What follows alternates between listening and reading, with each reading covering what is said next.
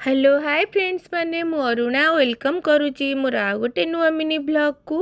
तो एबे तो बहुत ठंडा पड़िलानी तो आमर ये भी भुवनेश्वर रे बहुत ठंडा होची। तो सकाळु आज मु बने देथिली फिश करी। तो जेहेतु हजबैंड सकाळु फिश नहीं आसी तो मु फिश रे टिके हल्दी लुण पकईकी ताको मैरिनेट करके भल भाव वाश कर सारा पर मैरिनेट कर नहीं। तो मैरिनेट कर सारा पर फिश को मु फ्राए करी। तो तापर आलू किछि फ्राए कर देइथिली जेहेतु मते फिश रो करी बनैबार थिला।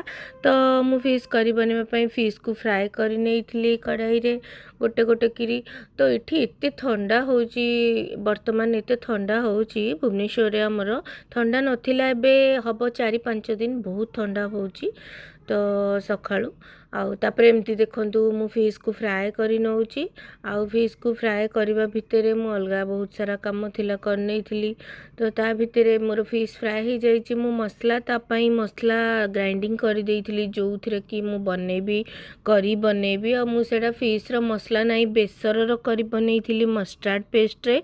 तो मस्टर्ड पेस्ट रे मु करी बनेइथिली आ मु करी देखंतु हेई भी जाइए रेडी हो जाइए।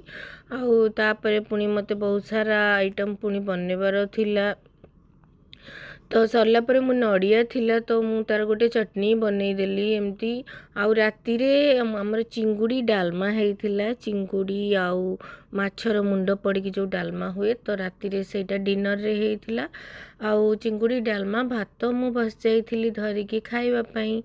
आउ सेटा बहुत टेस्टी भी हेइथिला।